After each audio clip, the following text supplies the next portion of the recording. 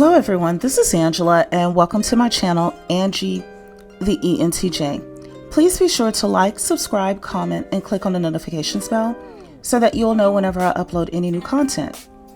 Let's dive in.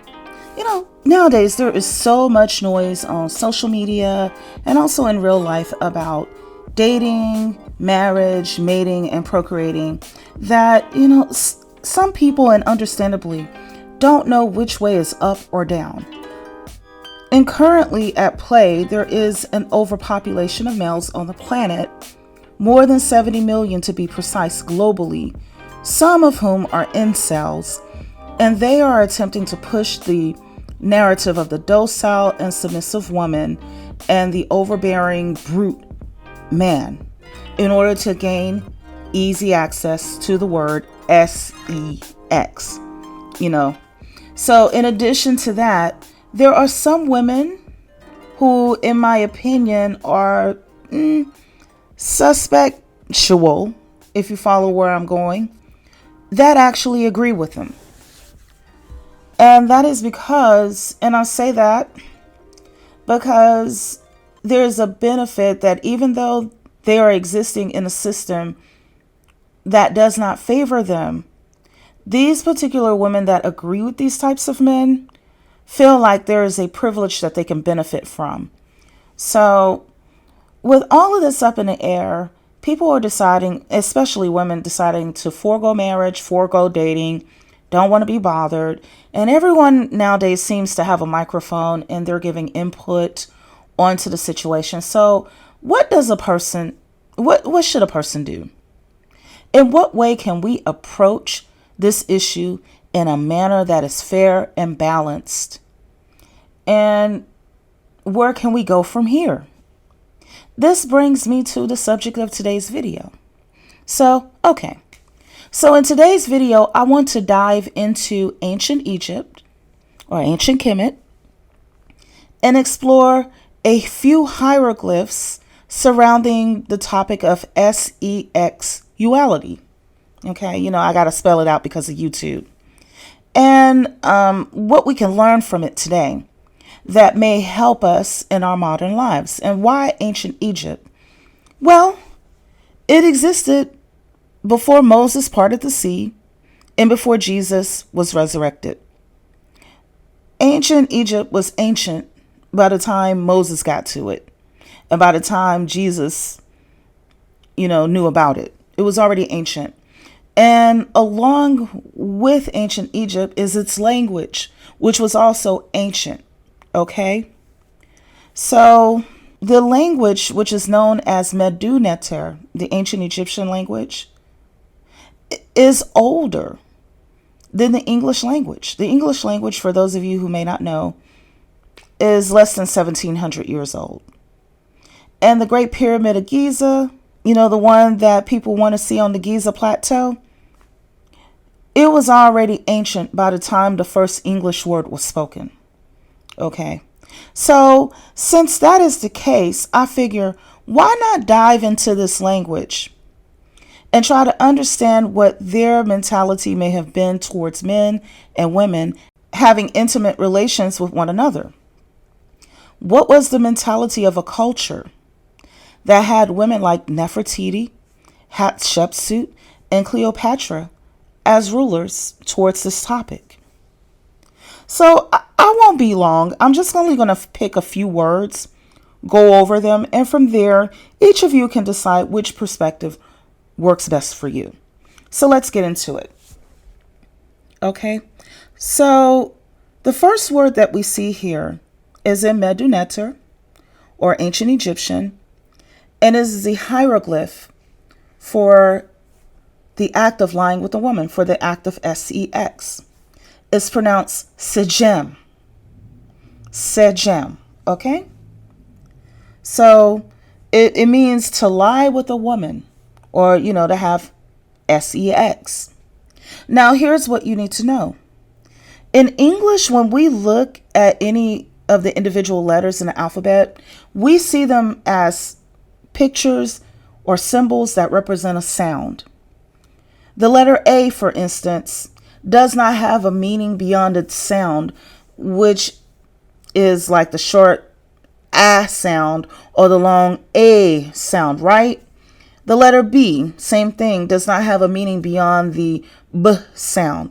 As a matter of fact, it is not until we combine these letters into words that we begin to derive a meaning from the combination of the letters, right? So when we see the letters SEX, it's only when they're in combination with each other that we know that it can either refer to, for instance, bedroom activities like a man lying with a woman or a woman lying with a man, I'm sorry, we're in 2023, bedroom activities. Let me just say bedroom activities. And I say that respectfully. I didn't mean to leave anybody out. Okay. Or it can also, the word SEX, reference gender assignment at birth. However, that's where it ends within the English language and many other current languages as well. But that's not the case in Medu That's not the case in the ancient Egyptian language. That's not the case with the hieroglyphs. Okay? Unlike the English language, not only does each picture represent a sound, each picture typically adds a multi-layered concept to the word. So there's more to the word sajam than just the sound. Let's go a little bit further. Right now, we're reading the word sajam from left to right. So I want you to look at the pictures, starting from the left, like you would if you were, reading in English, right? Or correct. So the first thing that you see is something that looks like a crook. Okay. This picture is actually a representation of a folded cloth. It has this sound like Sam, or the in S, right?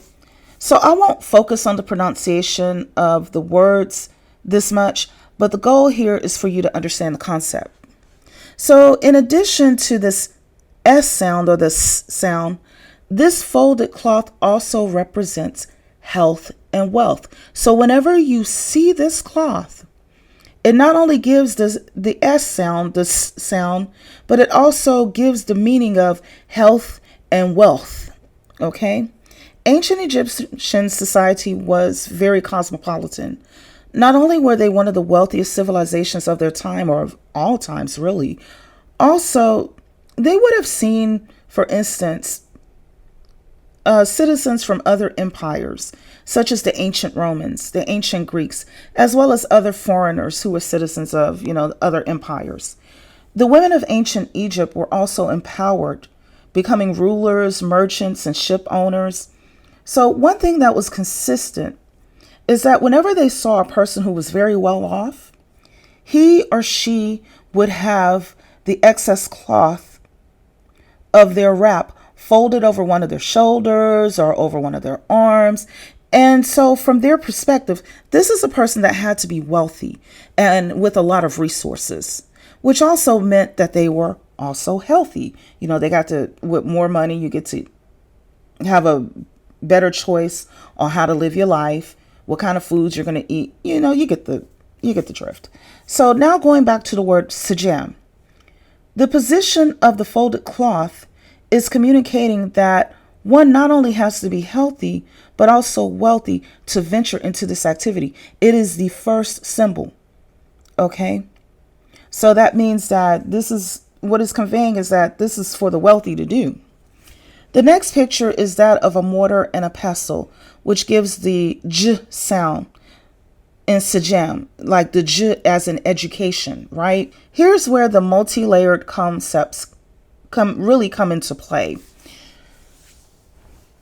This mortar and pestle on its own is a individual word, uja. And uja means prosperity, right? However, it is describing also the behavior of the pestle grinding against the mortar. The pestle being the man and the mortar being the woman, which is what happens in the SEX activity in the bedroom.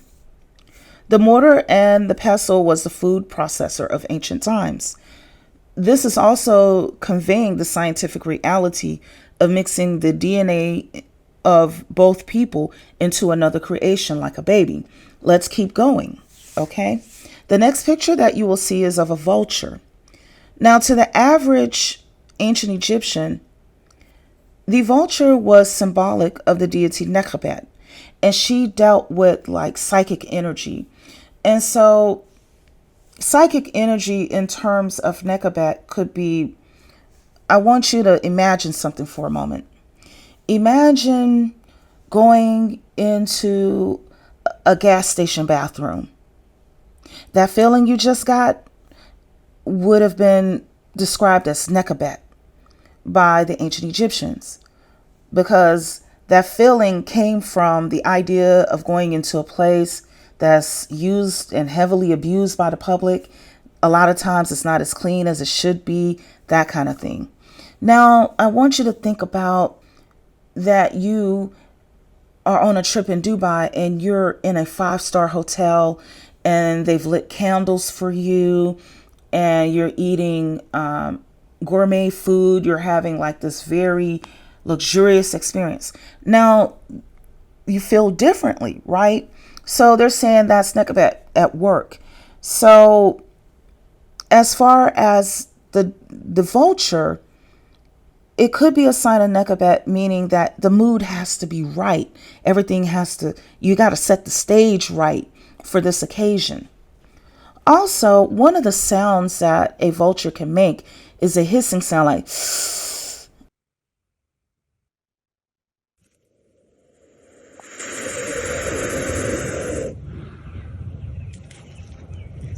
okay?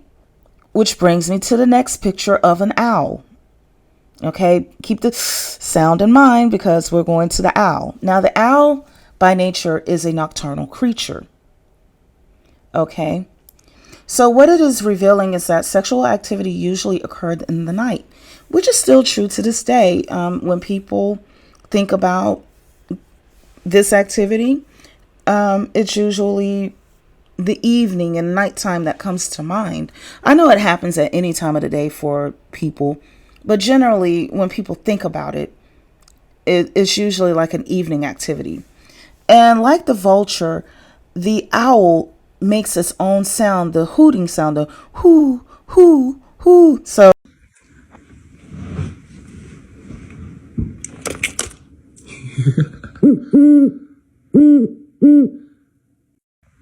the vulture makes a sound and the owl makes the ooh, hoo, right? So you put those sounds together. So, so like I said, this word has multiple layers of meaning and it conveys multiple concepts at the same time. And so going back to the birds, even though the vulture is one species and the owl is another species, and they are both birds, okay? They both fly, they both have wings. Still, they are different. And much like women and men are different, even though we are both human beings, right? At the end of the picture, where you see the eggplant emoji, is actually a determinative. A determinative in Medu Neter, or the hieroglyphic language, it's telling you what this word is referencing.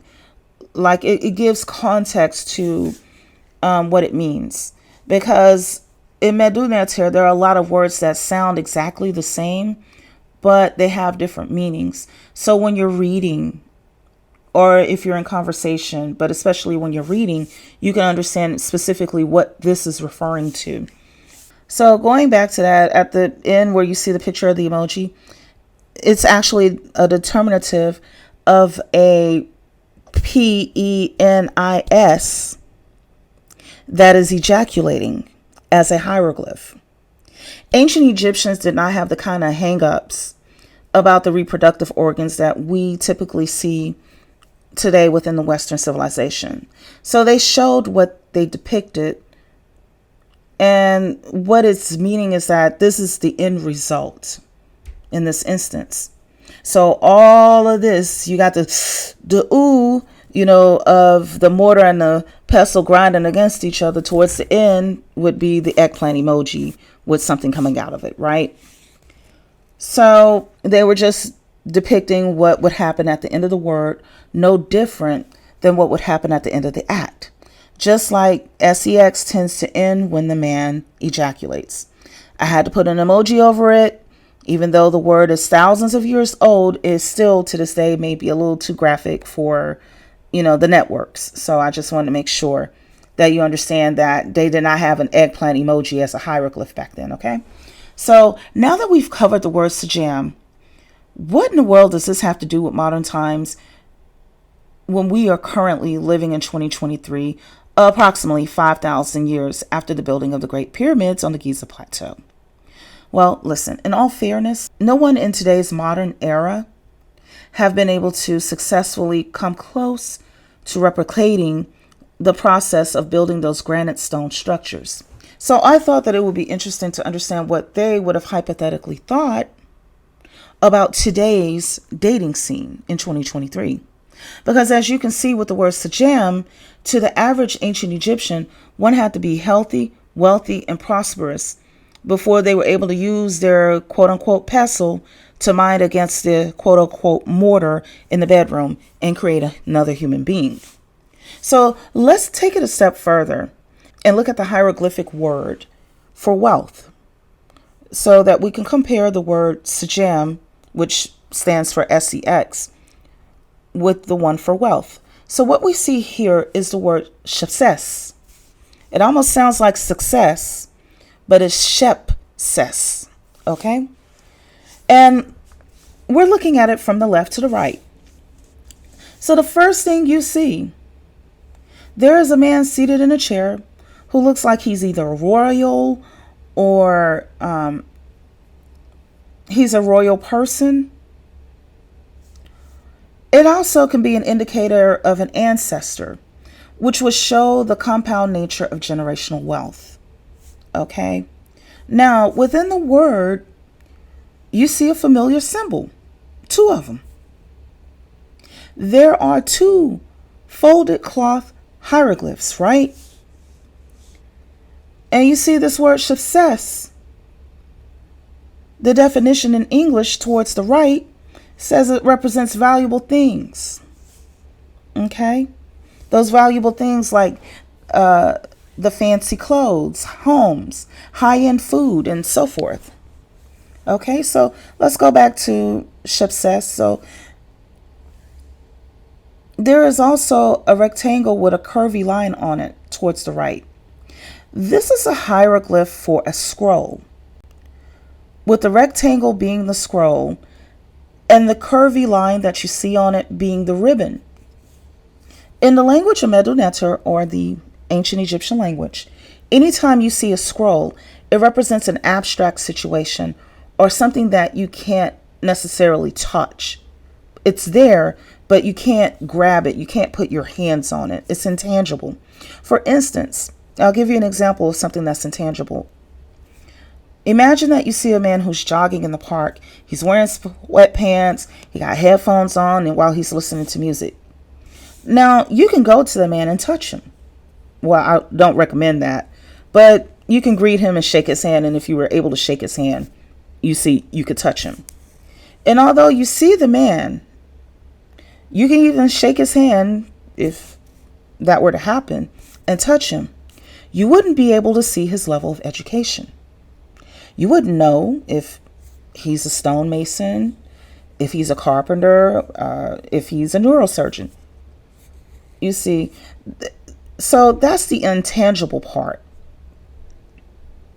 Okay, and particularly in Medu Neter, when you see the scroll, it's usually talking about something like laws or education, something like that.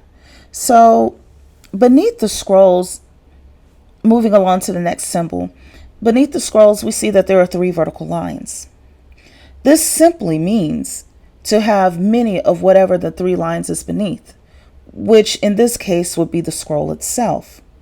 So wealth to the average Egyptian was signified both by having nice things and also by being very knowledgeable. You see. So I have the word sajam and I put it next to the word success. Sajam meaning sex and success meaning, to be rich, to be wealthy. And when you look at these two words, you see the folded cloth. So there are some parallels here. Because you see the folded cloth, and this is signified both wealth, status, health. You see this in both words. Now let's go down the rabbit hole for a minute. Let's go there. Let's talk about things that. Let's go down the rabbit hole a little bit. Stay with me because I'm trying to show y'all something. Okay? Let's flip the page. And let's look at the many words that represent being poor. In Medunater, that word is huru, which is shown by the HWRW, and all of them sound the same. And we are all, like before, reading them from left to right. The reason why I have to tell you to read it from left to right, because Medunater, it can be read from right to left, left to right, and from top to bottom. So I want to make sure that everybody is on the same page when I keep letting you know to read it from left to right. There's a reason. So let's pay attention to the first word for huru at the top. All right. So the first thing we see is this DNA helix looking thing at the beginning of the word, right? This is a candle wick. This is a symbol representing a candle wick. And it carries a soft sound, like someone, like, tired, right? It can also be seen as a rope as well. In and of itself, the candle wick or the rope is not, it does not have a negative implication automatically or a positive one. I've seen it in words that are positive in meaning and negative in meaning, So I just wanted to point that out. But that sound, in this context, if you can imagine somebody who is tired, okay, they may have that sound, right? So, and as I mentioned before, even though this is Medunater, so even though the candle wick represents a soft sound, there are multiple layers of meaning to the picture than just the sound. Now, in terms of seeing it as a candle wick, think about it. Candlelight compared to sunlight. Candlelight is pretty dim. If you were to go into a dark room and light a candle, it will give off light, but it will be dim. But if you were in a dark room during daylight and you open a window or open a door, the light that will come in will be very bright from the sun, right? So this candle wick can be conveying the meaning of, it's just not enough fire, not enough action. So being poor is like being dimly lit. Like you need to light up this entire dark room, but your capacity is only so much. Now, if we look at it in terms of a rope, it can convey the meaning that a person is tied to a situation, which is like the correlation of poverty being tied to the lack of education. And by this, what I mean is that whenever someone is in survival mode, they cannot focus on anything else at the moment except where they will live or what will happen to them next, where will their next meal come from, how they're going to make it from minute to minute, from day to day. And for those of us who have been to college, for instance, and had to work while going to college, we can attest that there were times where we had to decide between keeping our jobs and going to school or taking a semester off in order to meet our basic needs. I mean, the struggle is very real, and we were definitely tied to it. When you couldn't think about when the bills are due, your mind is tied to what is it going to take to pay that bill. Your mind is not tied to, okay, I'll finish school by this time and then I'll work on that degree. You see, the struggle is real, okay? So being poor is like being tied down too. So moving on to the next symbol, we see a bird with a sort of rounded tail atop an oval. The oval is a hieroglyph that represents a person's lips or a person's mouth, and it carries the r sound, like in huru, okay? So it's that R sound. And the bird that sits atop of it is a sparrow that signifies misfortune. So far, we see that things are dim for this person. They're tired. And that also misfortune is sitting atop of anything that pertains to their mouth, such as, getting their basic needs met, food. If you get into a conversation with them, what they're speaking about is in tune with the misery of their situation. Okay? So moving along to the next picture is of a quail chick, which has the oo sound. However, given that the quail chick is not fully mature, it still needs its parents to help it, find food, to forage for it, and teach them how to survive. The parents got to come and sit on the nest. This bird is probably still at the nest. We see a lot of that now, don't we? The birdie that won't fly the nest, and mama bird, and in some cases daddy bird, got to keep, worried about his survival. They can't leave the nest because he's there or she's there. Okay, so this is a sign of showing someone that is needy, or that their situation is not fully mature yet, and it still needs parenting. Okay, it still needs that nurturing. It still needs those resources. It shows that it's underdeveloped. It's not strong enough or mature enough to meet the current obstacles at hand. The next one looks like a small person without hair. I'm sorry, moving along to the next picture. It's a small person without hair that looks like they're sitting. This is a representation of a baby. And imagine how a baby looks that's on your hip. The baby is using your arm as its bench, and the legs are dangling off. So what the ancient Egyptians were conveying is that to be poor is to be like a baby, just like a baby needs to use his or her mother for nutrition, for milk, to change his or her diaper, to make sure that he or she is okay. That's normal for a baby. But for the ancient Egyptians, they were saying to be poor is like being an infant child that needs a resource to suckle on in order to thrive for their survival. They're not able to be like an adult and use their hands and learn crafts to do it on their own, and create sustenance not only for themselves but also for those around them.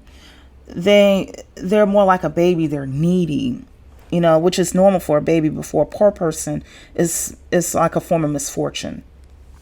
So finally, towards the end of this word for huru, okay, we see a man that's kneeling with his outstretched hand, which in this case can be seen as begging. In 2023, we see a lot of this. So now let's pay attention to the meaning in English. To the ancient Egyptian, they depicted this poor person as being humble, but at the same time as being despicable. To most people in 2023, being humble and being despicable are two contrasting states of being. However, why did the average Egyptian see a poor person as both humble and despicable? Well, let's go forward. Here's why. When someone is operating from a scarcity mindset, even when they have resources, they are in survival mode. They have a poverty mindset, okay? And they will do things that someone who has sustenance normally would not do. They'll throw out morals. And they will do things that a moral person would not do. Still to this day, the majority of criminals are coming from a poor background or a poverty mindset. And when I say this, I'm not attempting to poverty shame with the statement. That's not what this is about. And I'm quite aware there are people who are wealthy that have committed crimes. I'm aware of white collar crime or worse. Okay? However, this isn't about poverty shaming. This is about seeing how the people that built the pyramids and the temples and accomplished other feats that have yet to be repeated. This is about how they thought about men who were poor either in resources, in knowledge, or both. The ancient Egyptians used nature as a guide to understand the world around them. When we look at the word huru, which is Medu or ancient Egyptian for being a poor man, we see a lot of begging and dependency. However, when we look further down towards the end of this page, towards the bottom, we see the same word, huru, okay? And that it's also used to describe the meanest of all birds. So I wanted to point out that in the eyes of the ancient Egyptian, whether or not it was the poor man who were on their knees begging at some point, many of them would be prone to theft or other forms of despicable activities. It could be the poor man, it can be an invader, from another empire who would use brute force to seize power. And at some point in time, they would be begging because they lack the knowledge to run the empire that they've stolen. And they will be sucking off resources the way that a baby suckles his or her mother for breast milk. Which, for those of us who have endured pregnancy, we understand how the process of being pregnant and breastfeeding can rob your body of resources, which is why that baby is there in the word huru. So a poor man is humble, but because they have the capacity to become very mean and immoral, which is why the ancient Egyptians also found them to be despicable. Now that we understand the difference between a poor man and a rich man in the eyes of the ancient Egyptian, let's revisit the word for sex. So let's do a comparison here. We have the word for poor. As you can see, none of the elements that compose the word for a poor man exist in the word that represents having sex. Nowhere in the hieroglyphic word for sex do you find any of the elements that represent the poor man or the meanest of all birds. Nowhere do you find a man that is kneeling or a baby with his hand to its mouth. In fact, the first thing that you would see is the main symbol representing health and wealth, and that is situated next to the symbol representing prosperity, and afterwards you see two birds that are monogamous by nature. So listen, everyone, it is your decision. My videos have a disclaimer showing that there is no attempt on my part to convert people into my spirituality. That's not at all what this video was about. What I was offering is the ability for you to observe all the insight of a people who existed before the Abrahamic religions, before social media, before the incel movements. This is a group of people who built structures from granite stone, some of the hardest stone on the planet, that have lasted for thousands of years with technology that has yet to be rediscovered. So, and they knew that the world was round and not flat. They knew about different constellations in the night sky. This was about showing you what their insight was when it came to the bedroom and possibly apply it to dating in your own life. In the eyes of the ancient Egyptian, as shown in the hieroglyphs, Medu Neter, laying with a woman and having sex is a situation that is best associated with being wealthy and monogamous. There is nothing about 50-50. I didn't see any fractions. There were no fractions in the word 50-50. There was nothing to show that this was a small matter to be handled cheaply. This was true 5,000 to 10,000 years ago, and is still true to this day. Who are the despicable ones that are going around the world and talking about dating and mating at a discount? How are they behaving? Are they extending wealth to their mates? Are they monogamous, or are they despicable? And how do they compare to men who actually created or inherited generational wealth, who actually built structures that have yet to be replicated thousands of years ago? How do these men today compare to those men from that point in time?